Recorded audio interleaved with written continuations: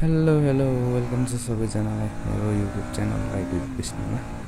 Hope सबैजना सन्चै हुनुहुन्छ। म पनि एकदम कुशल मङ्गल नै रहेको छु। आज चाहिँ म तपाईहरुलाई नौडाँडातर्फ लिएर गइरहेको छु। यसो सर्ट मोटोभ्लग बनाऊँ न भनेर साथीहरुलाई नौडाँडातिर जान्न त भन्ने कुरा भयो हैन। अनि नौडाँडामा चाहिँ 1 चिकन 4 आइटम भन्ने एउटा रेस्टुरेन्ट रहेछ हैन। त्यहाँ चाहिँ हामी जान लागिरहेको छौं। अहिले चाहिँ बिन्दवासिनी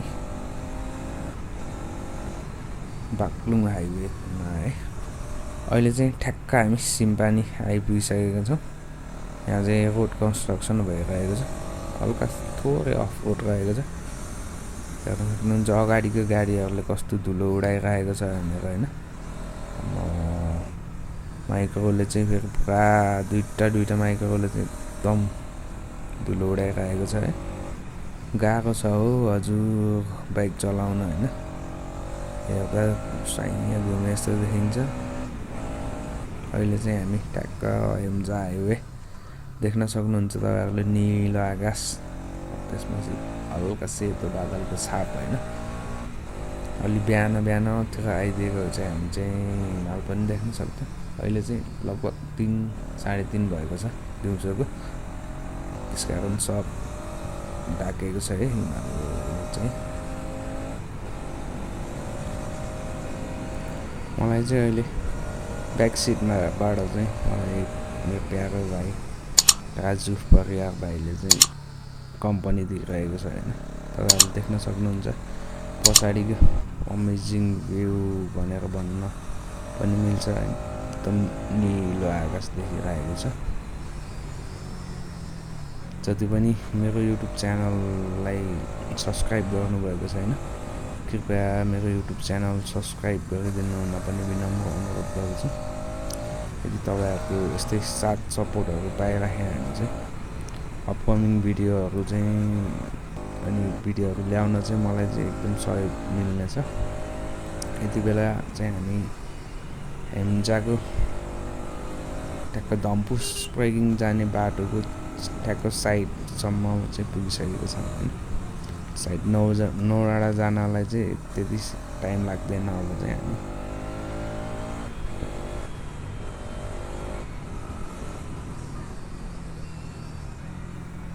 होप क्यामेरा एङ्गल चाहिँ मिलेको छ हैन। नयाँ क्यामेरा लिएको भएर हल्का एङ्गलहरु मिलाउन चाहिँ गाह्रो परिरहेको छ। बिस्तारै सिक्दै जाने हो भनेर चित्त बुझाउन पर्यो के गर्ने हैन। अब होप छिटै सिकिन्छ होला। अब डेली के भ्लगहरु अथवा डेली युजमा क्यामेरा युज गर्ने भएको भए चाहिँ अब गाह्रो पर्दैन। अब हप्तामा एकचोटि टाइम मिल्छ हैन।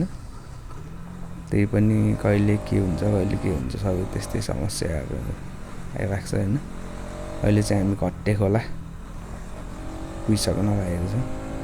लगभग हाम्रो राइडको चाहिँ 25 मिनेट जति चाहिँ भयो हैन हामीले राइड लिएको चाहिँ। अझै हामीलाई चाहिँ 15 मिनेट 20 मिनेट जति लाग्छ माथि नौडाँडा उक्लिनको लागि।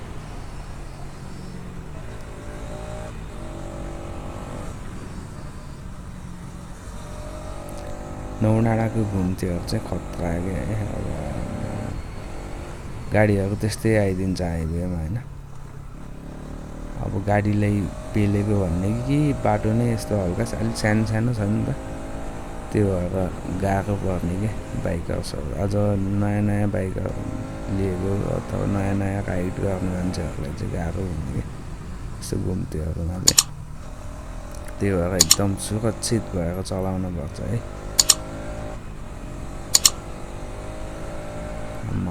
राइडर भाइ त के यसो पुगेर हैन। पारी देख्न सक्नुहुन्छ हैन धम्पुस।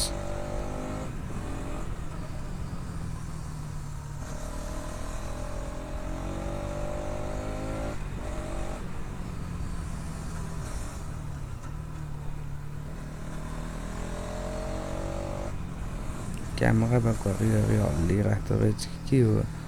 मैले फिल गरेको हो कि के भएको यो क्यामेरा हल्ले जस्तो लाग्छ त यार यो हाइवेमा जिपलाई चाहिँ कसले जित्ने हो र यार हाम्रोलाई जसरी आउँछ क्या हामी चाहिँ 5वटा साधनमा 10जना आएको थियौँ हेरौँ अब नौडाँडाको 2वटा घुम्ती चाहिँ काटिसक्यो है अब 4वटा घुम्ती बाँकी छ केटाहरू हेर्नु खतरा कुदाएर नन अगाडि भ्यू पनि त्यस्तै बवाल अझ आज क्लियर हुनुपर्ने हो यो यसो बादलले चाहिँ एकदम ढाकिदियो कि हिमाल चाहिँ यतापट्टि चाहिँ माछा पुछ्रे अनि मर्दी हिमालहरू चाहिँ बब्बाल देखिन्छ कि यताबाट चाहिँ अहिले चाहिँ हामी नौडाँडा उक्लिसकेका छौँ यहाँबाट चाहिँ सिधै राइट पोखरा हेम्चा हाइवे हुँदै आउँदा चाहिँ लेफ्ट होइन राइटमा चाहिँ राइटको सानो सागरको गल्लीबाट छिर्ने भने चाहिँ हामी जान खोजेको ठाउँमा चाहिँ पुगिनु रहेछ घरहरू एकदम पुरानो ट्रेडिसनल हाउसहरू रहेछ होइन अब हामी चाहिँ लगभग अब डेस्टिनेसनमा चाहिँ आइपुगिसक्न लागेको छ 1 मिनेटको दूरीमा रहेको छ चाहिँ भन्नुभएको छ है त्यहाँको आन्टीहरूले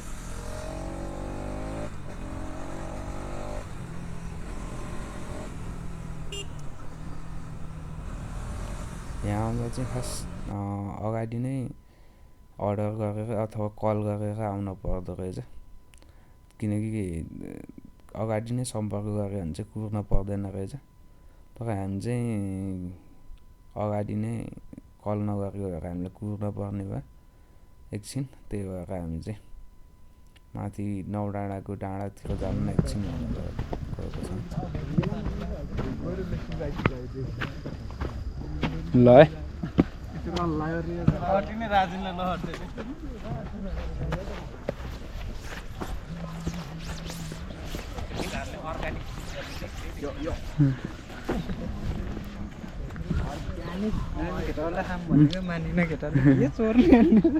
के हो दोष अर्ग्यानिक त्यस्तो यार कल्ला दोषले मात्रै भेटे कि अर्ग्यानिक त भेट्नु पर्यो नि दोष यति त अर्ग्यानिक त नि हाने सबै हेर्न खायो हो त यो त अलि उरेछ क्या यो टिभी राखायो हो त अर्ग्यानिक यो चाहिँ नौडाँडाको अर्ग्यानिक साग होइन तर अलि तितो होला छिप्पिएछ के कुखुराको छेउमा कुखुराको सट्टै यो लिएर जाऊँ न भैँसी त म तान्नु फुल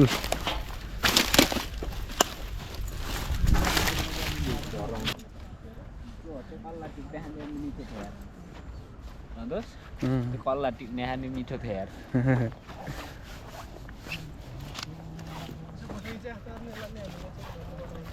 भ्लगमा यसो हामीलाई पनि देखाइदिनु बरु त माथि ल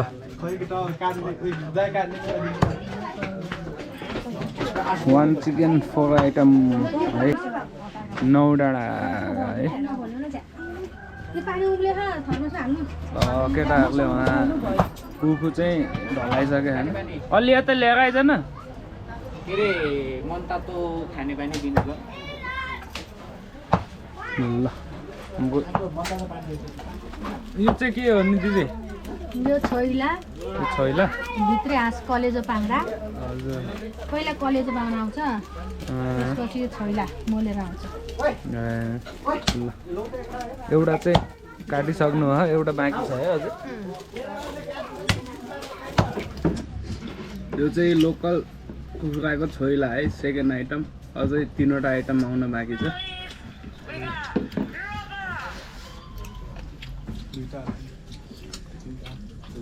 अझै 2टा आउन बाँकी छ है दोस्रो गीता सुरु भयो अबदेखि अब होइन हामी चाहिँ सांस्कृतिक कार्यक्रमतिर अघि बढ्दैछौँ होइन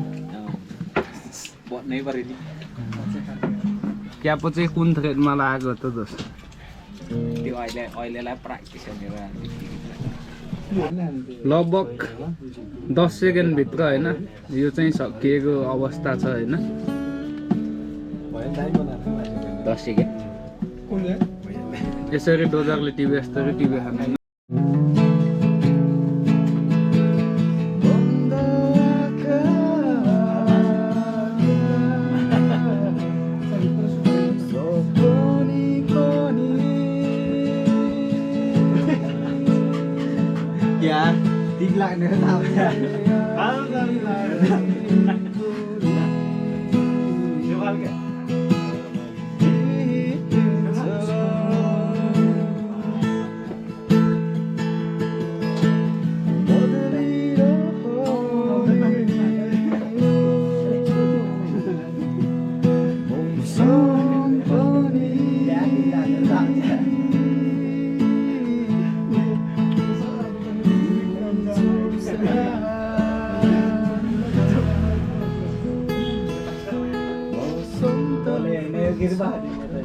थर्ड आइटम ग्रेभी होइन विथ चिउरा हाल्नु नलाखानु है ल मिक्स हानिदेऊ न त चिउरासँग मिक्स हान्न पऱ्यो होइन ल है दोस्रो कुकिङ स्किल चाहिँ कस्तो रहेछ भनेर हेरौँ है ल सही छ है सब हालिदियो नि त सब हालेर मिक्स म्याक्स गरेर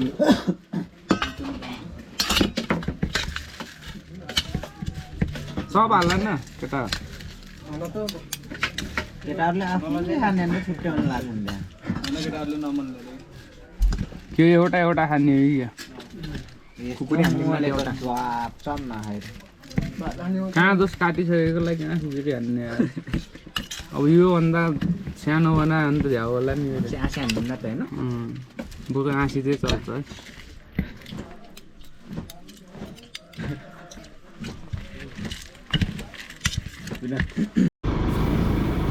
अहिले चाहिँ हामी फर्किन लाग्यो जुन चाहिँ अब सराङकोटको बाटो जाने कुरा भएर आएको छ अहिले चाहिँ बेलुकीको 5:30 भइसकेको छ है यहाँभन्दा उतातिरको फुटेजहरू चाहिँ खासै रेकर्ड गर्न पाइएन जस टाइम पास रमाइलै भयो अब 3-4 घन्टाको बसाइ होइन नौडाँडामा होप सबैले मन पराइदिनु हुनेछ मेरो युट्युब च्यानललाई सब्सक्राइब गर्नुभएको छैन भने प्लिज सब्सक्राइब गरिदिनु होला thank you and see you guys in next video